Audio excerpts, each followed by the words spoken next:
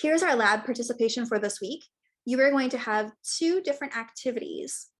Activity 1 is going to be about perfectly elastic collisions, and you will have 4 experiments there. Then if I scroll down, after you perform the experiments, you're going to answer a question. Then I've got activity 2, inelastic collisions. We have 4 experiments there as well. And then you are going to answer a few questions.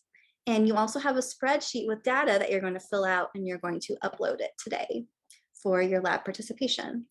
If we go back up here, this lab participation will involve you performing the experiment using a simulation of collisions, and then also inputting some of this information into a spreadsheet and calculating some data points, calculating some quantities based on the data that we get from the simulation. Now, I'm going to go ahead and click here where it says Collision Lab, and that's going to take us to the simulation. And I want us to click Explore 1D. And by the way, everything I'm walking through here is also listed for you in the lab protocol. Be sure you're following along with the video. Also be sure you're reading everything that you see there. Now, here we're brought to the simulation. We've got 2 balls within this box, okay? And so let's just talk about the environment that we see here. What are all of these things? On the right-hand side over here, we have a bunch of different things we can check or uncheck. And what I want us to do is be sure we have this velocity vector checked. It's the velocity vector for each of these balls. I'm going to click kinetic energy, so it's telling me the total kinetic energy of the system. And I'm going to remove where it says reflecting border. If you have the reflecting border on, when the balls strike the border, they're going to bounce back and forth inside this box. And things can get a little bit messy if we let that happen. So I'm just going to unclick that to clean everything up a little bit. Now, below here, we have a little box that says more data. So if I click on it, I can change the mass of each of the balls. I can change their position. I can change their velocity, and then momentum is calculated for me. And you can also click on the balls and move them. You can click on the velocity vector and change it. But I find that the easiest way to change the mass and the velocity of these balls is by clicking in each of these cells down here and doing it that way. You can also pick up these balls and move them around horizontally. For these experiments that we're doing, it does not matter where these balls are inside this box. The only thing that has to happen is that the balls are not touching before we press the play button. So the balls have to be separated by a little bit of a distance before we press the play button. Okay, and I'm also, so if you click that button in the middle here, that gives us the start to let the simulation begin and stop to freeze the simulation. I'm going to click on slow here because it changes the rate at which the simulation unfolds for us, so it's a little bit easier to track. I can also click the refresh button and it kind of sets everything back to where we started. Sometimes if you wait too long to click that refresh button, it loses its memory of what it's refreshing to. So just keep that in mind. And if you really want to change and be sure that you've got the right initial conditions for the experiment that you're looking at, you're going to be sure you change them down here in this box. Now, for our 4 different experiments for activity 1, the things that you're going to change are the mass and the initial velocity. So let's take a look at experiment 1 and activity 1. I need ball 1 to have a mass of 1 kilogram. So over here, I'm going to click there, and I'm just going to put 1 kilogram, enter, and I'm just using my mouse to change those quantities. The position doesn't matter.